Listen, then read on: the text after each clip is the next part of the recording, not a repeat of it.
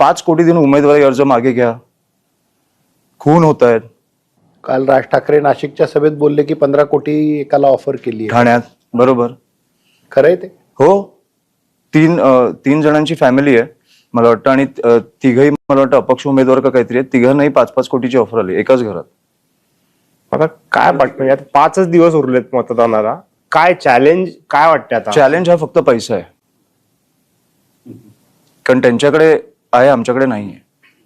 आणि बाकी मला वाटत नाही काय चॅलेंज आहे, कारण राजसाहेब आणि उद्धव साहेब एकत्र आल्यानंतर ज्या प्रकारे मुंबई किंवा महाराष्ट्र एकवटली, मला वाटत नाही असं काय चॅलेंज आहे. फेअर निवडणुका झाल्या ना तर मला वाटतं की आमच्या बाजूनीच निकाल लागणार, आमचा महापौरच बसणार. आणि फेअर निवडणुका म्हणजे होणारच, कारण आता जे लोकसभा ते विधानसभेमध्ये लोकसभेचा निकाल बघितल्यावर यांनी जे 40 लाख दुबार मतदार आणलेत महाराष्ट्रामध्ये, या सगळ्यांची कुंडली आमच्याकडे.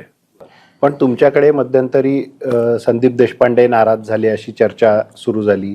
ते 2-3 दिवस कुठे मीडियाला समोर गेले नाहीत.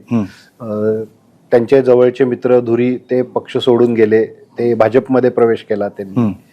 तर ही नाराजी आहे का आणि त्याची कारण काय? पण नाही, कोणीच बोलत नाहीये. कारण मी हे तुमच्याच माध्यमातून ऐकतोय. मी दररोज संदीपजींना खाली भेटतो. ते राजसाहेबांबरोबर जेव्हा